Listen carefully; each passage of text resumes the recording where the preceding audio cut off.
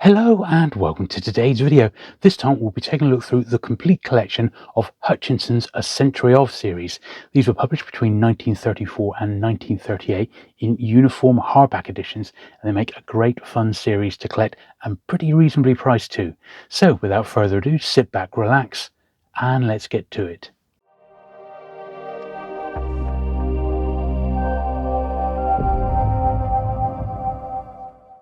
Okay then, so we'll start off with A Century of Creepy Stories, and this is sort of typical of the Hutchinson series because they're absolutely massive books, 1,000+ pages, and they do have quite a generous helping of what I would call horror, ghost stories, the macabre, stories with a twist, which we always like on this channel, that's for certain. So here we are then. Now, this first one came out in 1934, and there's very little around online about this particular series. There was a blog post which was from it must be at least 10 years ago, and I think it was Dennis Wheatley related. It was a blog about Dennis Wheatley collecting, because he contributes to this series, and that's where I've gleaned most of my information. So paraphrasing a little bit, it says published between 1934 and 1938, this uniform series of 26 omnibuses was exceptionally popular and attracted introductions from such illustrious writers as P.G. Wodehouse, E.C. Bentley, G.K. Chesterton, Dennis Wheatley, Hugh Walpole, Raphael Sabatini, and many others. As well as collections of short stories grouped by genre, the series also included Philip Gibbs' celebration of George V's Silver Jubilee, 2 volumes of a new edition of Lord Birkenhead's famous trials, the eccentric 1001 Wonderful Things, edited by Walter Hutchinson, 2 cavalcades of history, compiled by Claude Golding, and 2 volumes of stories taken from the Evening Standard newspaper. So there we go. So that's a really nice sort of summary of the series. They did start out priced at 3 shillings and 6pence, but by 1939 the price had risen to 4 shillings and 6pence, and wartime copies can be found bearing repricing stickers of 6 shillings. So looking through this one, so this is Creepy Stories, and we'll have a look at the authors in each of the books as we go along, so you've got an idea of who was included. And you'll see names that you would recognise: Cynthia Asquith, obviously Ghost Stories, J.M. Barrie, D.H. Lawrence. There will be familiar names, there will be names not so familiar to you. But that is the nature of this sort of an omnibus. And the time, of course, when it was printed. H.G. Wells there. So there's some good names in here. Algernon Blackwood. And this one comes in at just a touch under 1,200 pages, which is pretty amazing, isn't it? Good stuff, and just a nice clear type, and these are real easy to read. You can pull one down. I've often done it. I've pulled one off the shelf completely at random, chosen a story at random, and lost myself for a little bit of time in the garden with a short story. Absolutely fantastic. So that was the first one there. Now we're looking at the second one here, A Century of Humour, edited by P.G. Wodehouse, no less.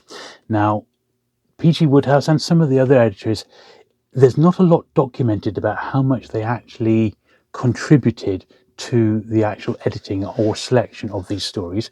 But Wodehouse, I think, does write an introduction to this one, so we can only assume he had some sort of involvement, you know. Dennis Wheatley, it's less clear, to be honest. But there you go. Did they just sort of use his name? But here's the preface, and it's a 3-page Wodehouse introduction, which is always great because he's such a great writer, and you'll certainly recognise some of the names here: Jerome K. Jerome, A. Milne there, W. Jacobs, yeah, Arthur Conan Doyle there I see has got one.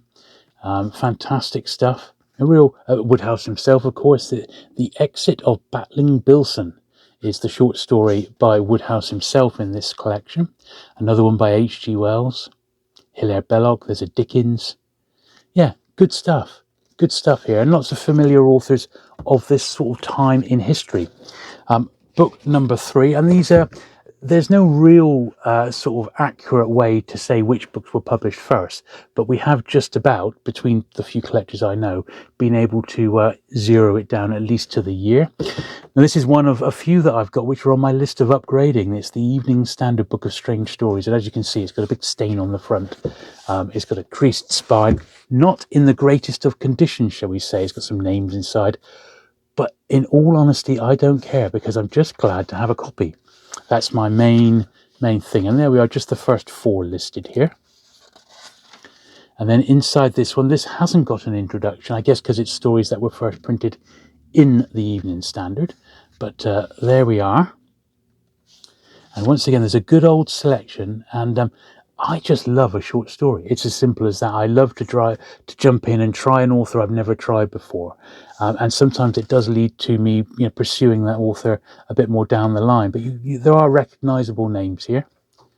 There's even a very early Graham Greene, so that is quite early, isn't it?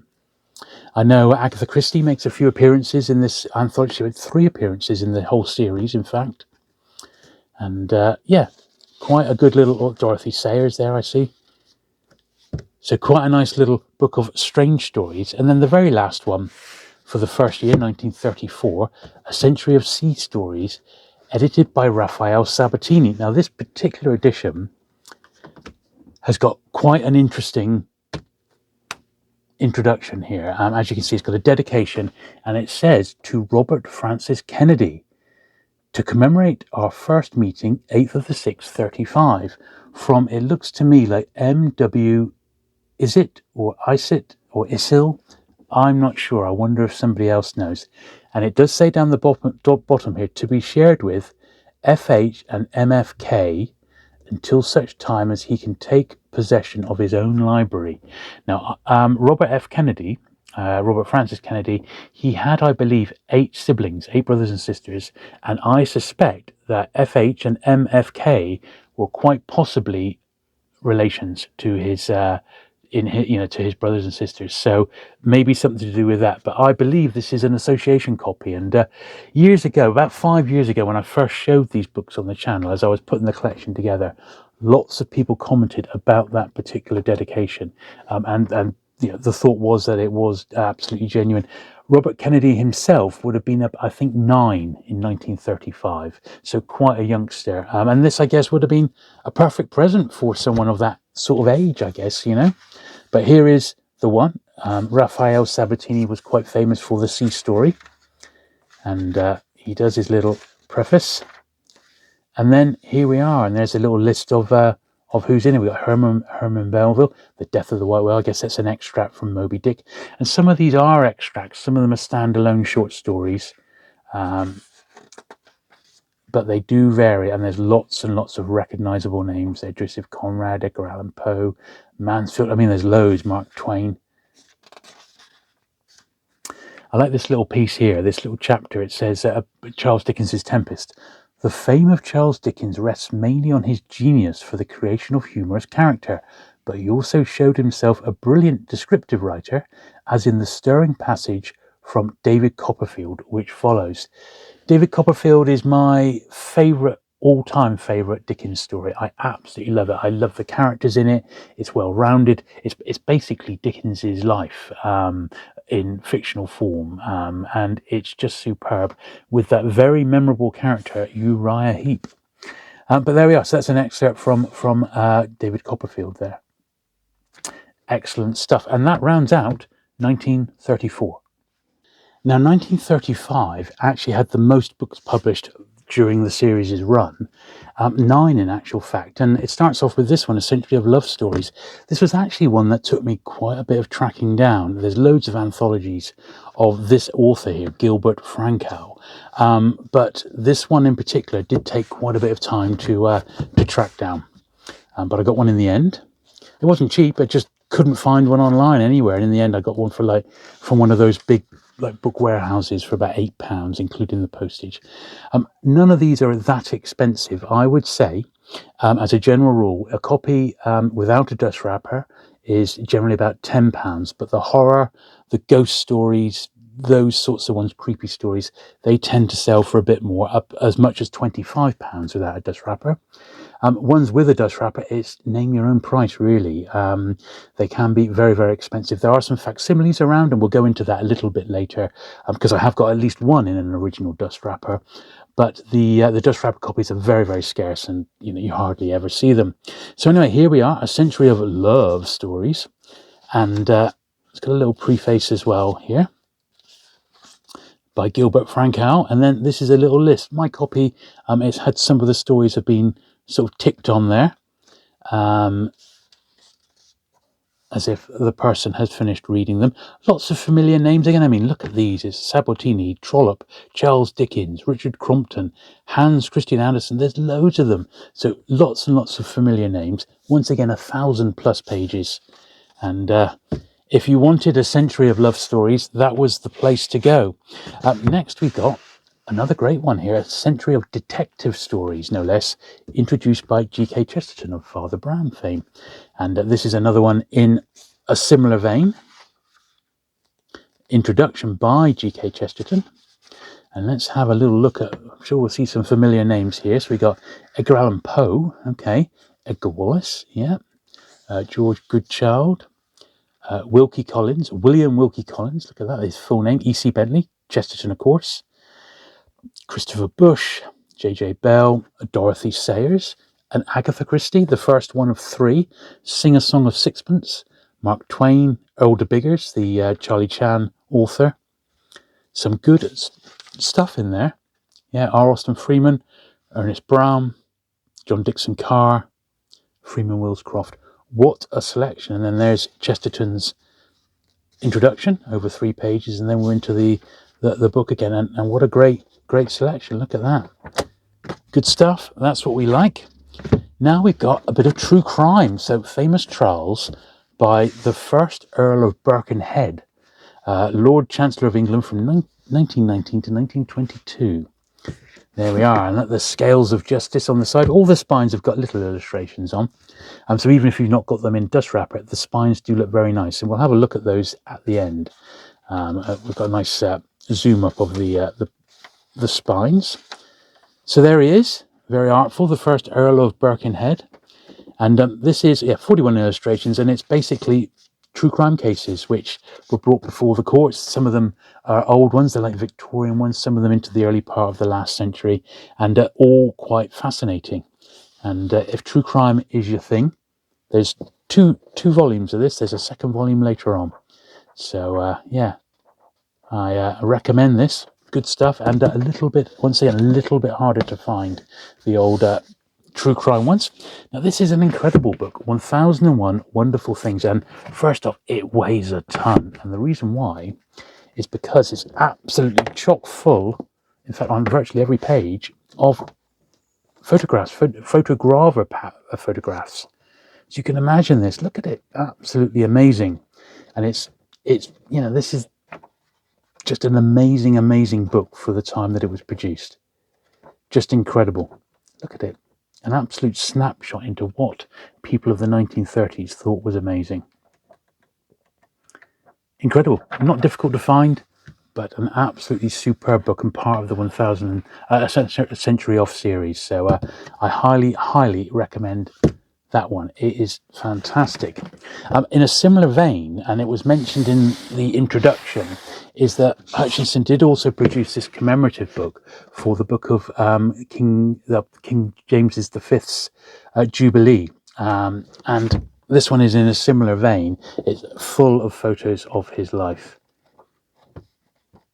Got a really nice dust jacket on this one. I've seen a photo of most of the dust jackets, but once again, I've never, ever seen one for sale. So there you go.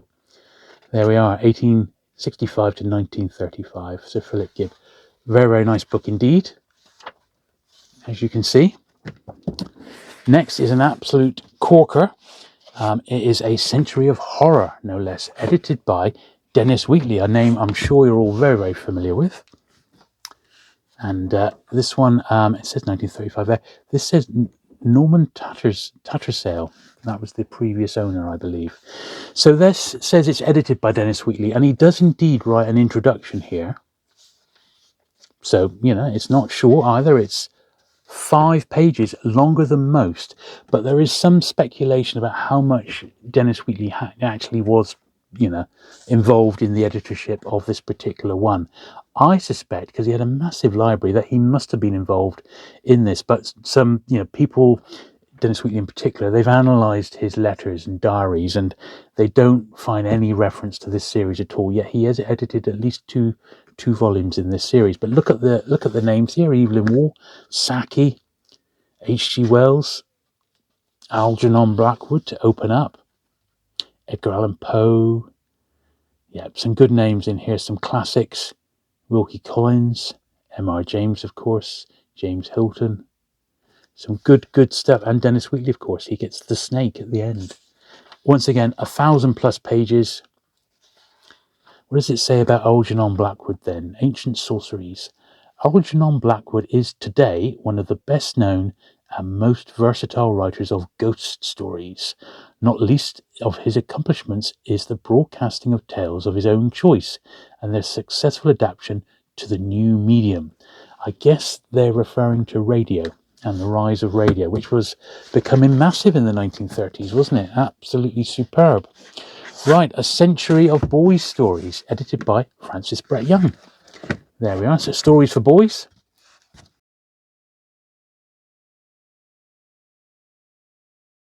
And what's in this one? No introduction, so it just looks like it's a compilation that's been pulled together in-house. Victor Hugo, Charles Dickens again, Francis Brett Young, R.M. Ballantyne, yeah, of course, I really love children's stuff. Mark Twain. All sort of familiar names here. H.G. Wells, Fenimore Cooper, Jack London, yeah, Robert Louis Stevenson. Some good stuff in here. Some names I'm not so familiar with, but certainly some that I am. And yeah, a good Jules Verne. A good 1,000-pluser again, Herman Melville. Good stuff. This is good stuff. Right. Well, we had the boys' stories earlier, and now, of course, we get the Century of girls stories. Ethel Boileau pulled these ones together for the girls. You should see this, actually pretty nice condition, this particular one. Forward to all the girls who may read this book. So this is probably one I haven't actually dipped into, but it's got a generous introduction. And then let's see the authors. Well, right off the bat, I'd spot Charles Dickens there, Lewis Carroll, Gaskell, Tales from the Arabian Nights, and Anderson, George Eliot, Mark Twain, Eleanor Farjon, who went on to do Ballet Shoes, Makepeace Thackeray, the Brothers Grimm, Thomas Hardy, Victor Hugo, Kenneth Grahame, Goldsworthy, Charlotte Bronte.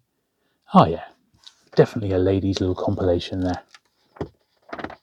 And pretty nice condition that one is too. And then the last one we've got is A Century of Historical Stories, edited by Raphael Sabatini, the famous person for sea stories. This one is another one that's on my upgrade list. It is pretty ropey, I'm afraid to say, but still need to find a better copy. This was actually a prize book, so you can see on the front it's embossed, and it says The Sale High School, and 1936. And in fact, inside there, look, it was awarded to Rachel Coleman for School Certificate Form 5 in July 1936 by B.H. Morgan, who was the headmistress of Sale School. And what were these historical stories they speak of? This is preface, historical, yep. So, Dickens again. Sabatini gets 2, in fact, and he wrote the introduction. So these are just all standard fare, I guess, historical stories of interest to, well, it doesn't say. It doesn't say either sex, I suppose. Baroness Orski, Hector Bolitho, lots of familiar names. John Buckham there, 2 by him. Yeah, just a little compilation. But that was the second year, and quite a lot published that year, and that was 1935. Okay, so on to the books for 1936, and there was only 5 released this year, starting off with A Century of Western Stories, edited by George Goodchild. And we all love a good Western, and the Western genre was very, very popular, very, very popular in the 1930s. And Not sure who George Goodchild was, if he was a Western author himself. I guess he probably was. So he does do a little introduction for this one. And then who's inside? It's only a page and a half. So yeah, George Goodchild has got a story in here. I'm trying to see if I can recognize any of the other authors here. I got to say, they're not jumping out at me. I'm sure a Western expert with Max Brand, I recognize that one. And Jack London I recognise, and Zane Grey. So I recognise a handful of them, but there's a lot there I don't know. But there we are, a century of Western stories, if that's your thing. Then we got another one of the great ones, a century of ghost stories. Once again, it's one of the horror ones. They're much harder to get in nice shape. And this is one of my ones that's still on my upgrade list. I've had to do a bit of amateur repair work there just to stop it falling to bits. But it is all there, but it's just not in the greatest of shape. But one more will come my way, I'm sure. So J. Sheridan Le Fanu there. M.R. James, Walter de la Mare. Lots of familiar names here. Edith Wharton. Bram Stoker, Dracula's Guest. Algernon Blackwood. Yeah, some familiar names there. Hawthorne, George Eliot. Yeah, a good little anthology, this one. Dickens again, and Edgar Allan Poe. So some really good names. Sheridan Le Fanu. Yeah, good stuff. An ideal one to dip in and out of. I do love a good ghost story. Who doesn't, eh? Who doesn't? So that's the first two. Then we've got the Holiday Omnibus. Now this, I believe, when it was first published, I think there may have been two, there's two different dust wrappers for this. There's like a summer holiday one, and there's a Holiday Omnibus with a Christmas jacket, from what I recall. But I haven't got either in jackets, so we're not too worried about that. But I believe there are two variants of this one. And this hasn't got any sort of introduction. It's just stories that have been pulled together. So the complete Madame Bovary, I mean, from page 11 to page 317, it must be the full book, which is quite unusual, isn't it?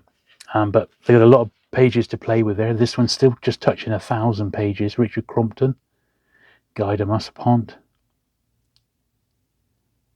Edgar Allan Poe again. Yeah, an interesting omnibus, that one, for the Holiday Omnibus. Now the next one is the one and only one I've got in dust wrap. It's the second humour, the second century of humour, illustrated by Fogos. And this one I don't believe has the P.G. Wodehouse introduction. I don't think it's got any introduction. So we'll take the dust wrapper off so we can have a good look at it before we look at the book itself. So if you have a look,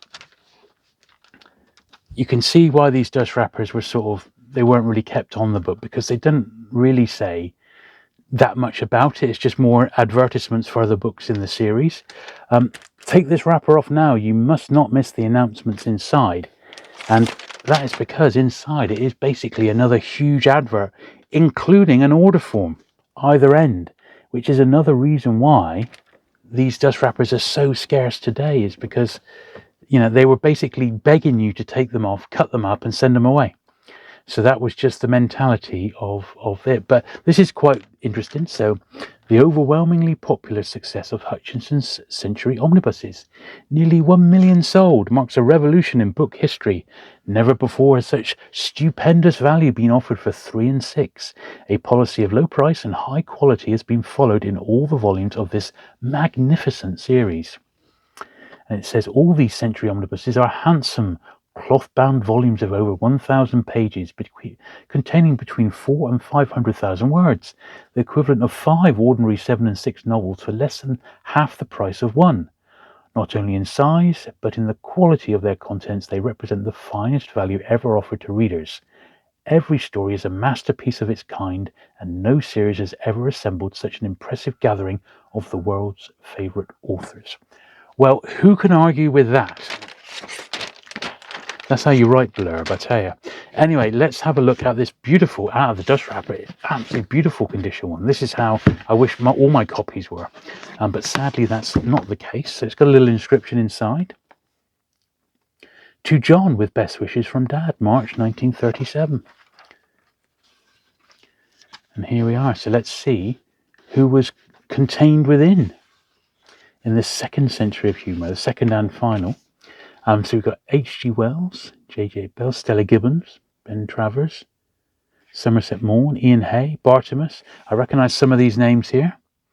A.A. Milne, P.G. Woodhouse, Uckridge's Accident Syndicate, Anthony Armstrong, Saki, W.W. Jacobs, Mark Twain, a Dickens, How Mr. Winkle disported himself on the ice. Okay. Thurber.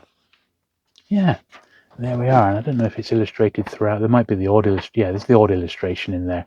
Looks like at the start of each book, each story.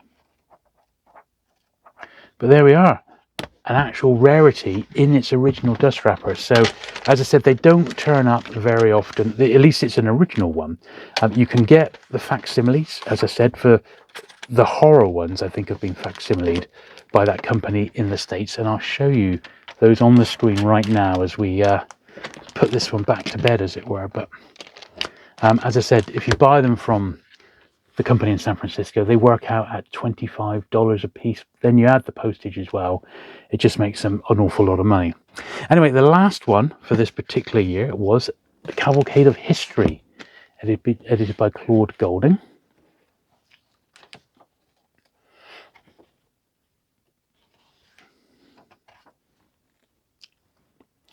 And let's have a look in here. So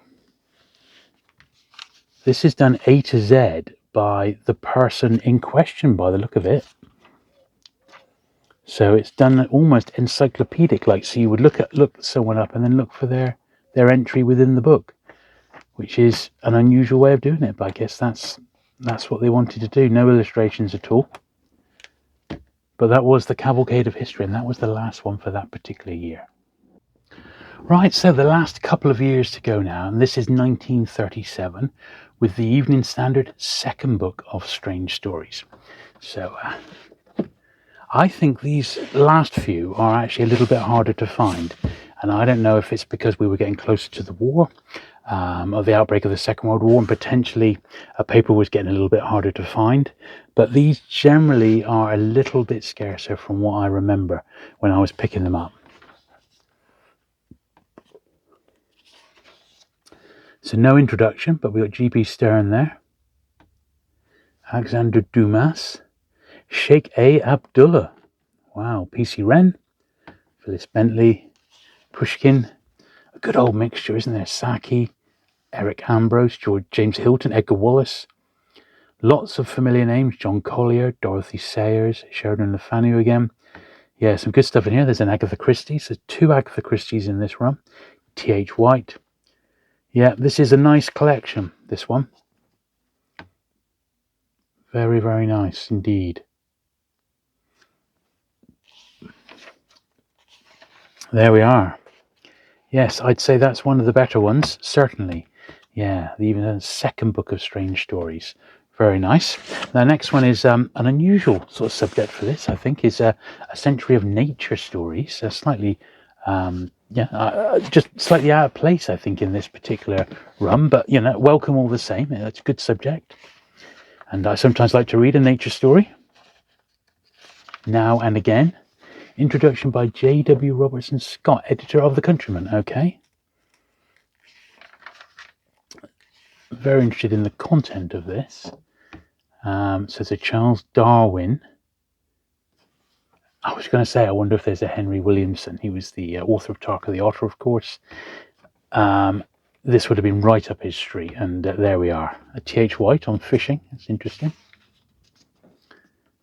H.W. Bates, Massingham. A lot of authors I do not recognise here. I'm glad there's a Williamson. Siegfried Sassoon. And Alice Sewell at Black Beauty. Well, there we are. Yeah, an unusual entry in the series.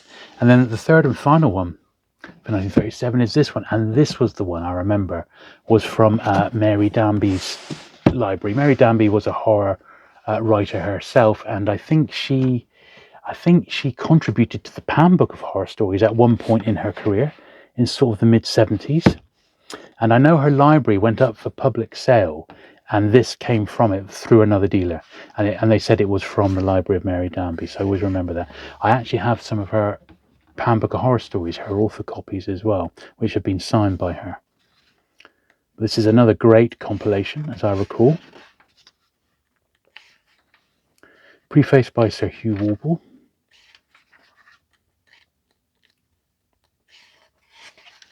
And what is the contents? Anonymous, The Dead Bride, Carmilla, a classic, Sheridan Le Fanu. Bartimus, where he did a lot of sailing stories. Walter de la Mare. Algernon Blackwood again. M.R. James. Yeah, Hector Belitho. Henry James. Yeah, interesting. William Wilkie Collins, friend of Charles Dickens, Wilkie Collins always strove to give a highly dramatic setting to his stories. He was a contributor to Dickens' periodical Household Words, in which After Dark and The Dead Secret, both examples of his mastery of suspense, were published. Here we are, Mad Monktons.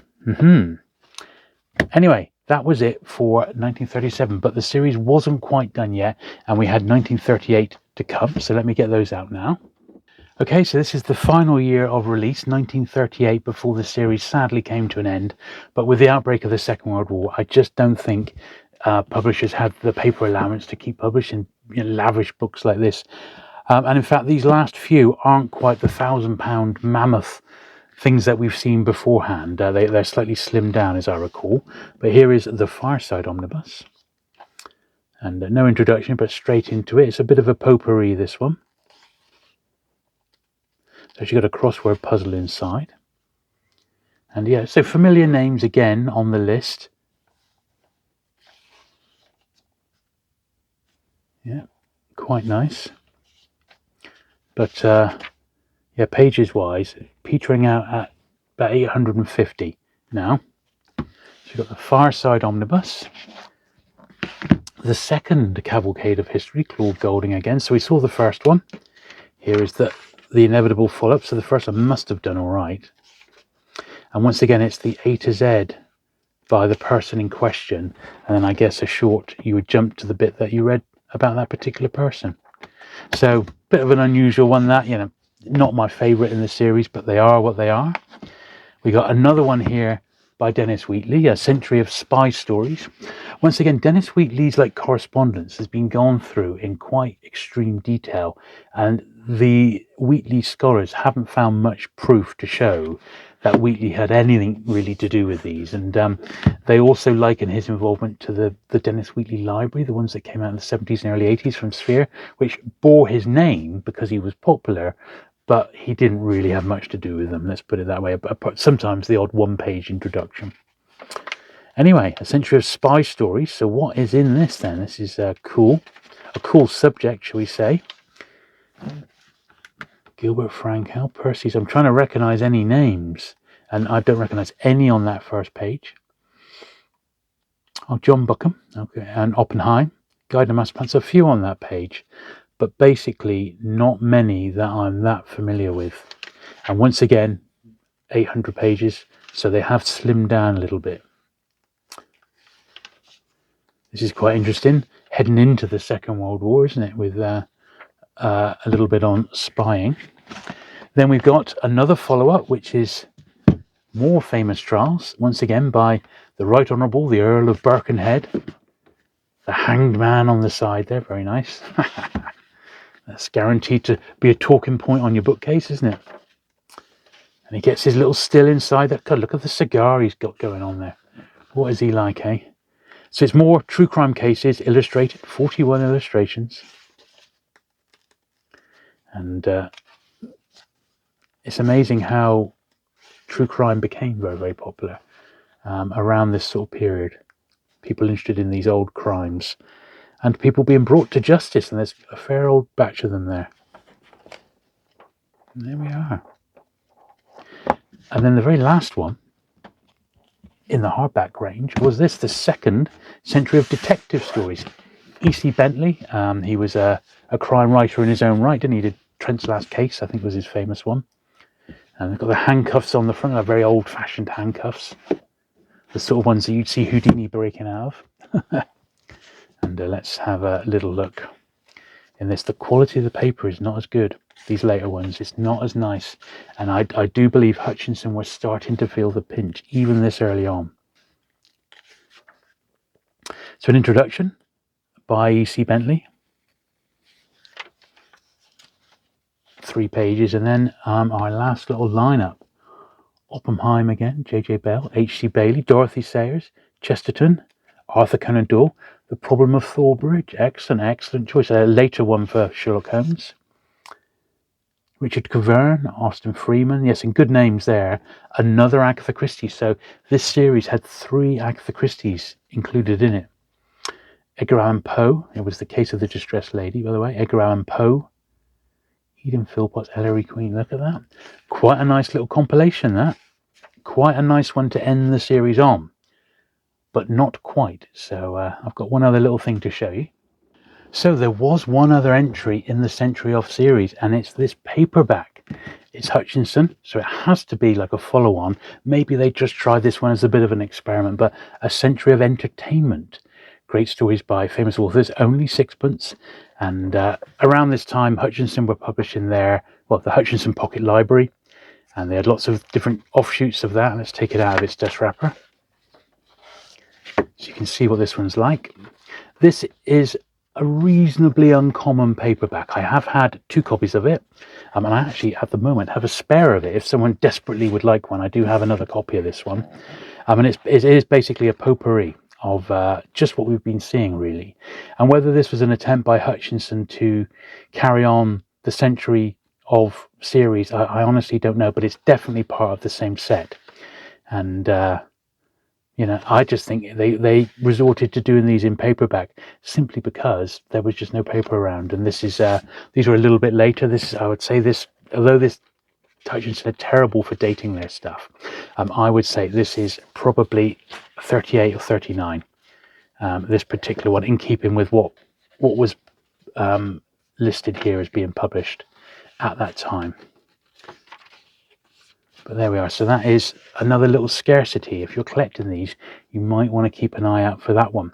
Now, there was a little imposter. So there was another firm, I think it was the Daily Express, wanted to get in on the Century of action, as it were. And they published 2 books, A Century of Thrillers, from Poe to Arlen, and then just a second series.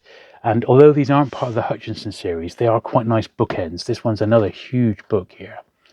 They're a little bit harder to find than the Hutchinson ones, and these were reprinted frequently. So I think one of mine is first one's a reprint. Yeah, Daily Express, 1934, second impression.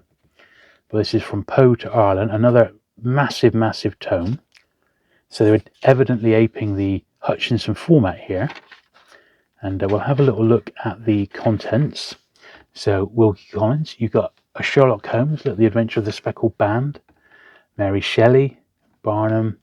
This is so similar to the layout of the Hutchinsons. Look at that. We got 6 or 7 there. Edgar Allan Poe's, a Walter Scott, a Sheridan Le Fanu, an Oscar Wilde, 3 Dickens, a Trollope, 2 Algernon Blackwoods. It's, and it comes in at just under 1,100 pages. So quite the tome, and even a few illustrations as well. So very cool. And you could say it's an absolute, copycat of the Century of series. Now, the second series of thrillers, A Century of Thrillers, is, I think, even harder to find. I bought mine from a specialist book dealer. Fantastic Literature, in fact, is where that slip just says I got this one from. And I'm not sure if this is a first or a reprint. 1935, second series, but it is the first printing.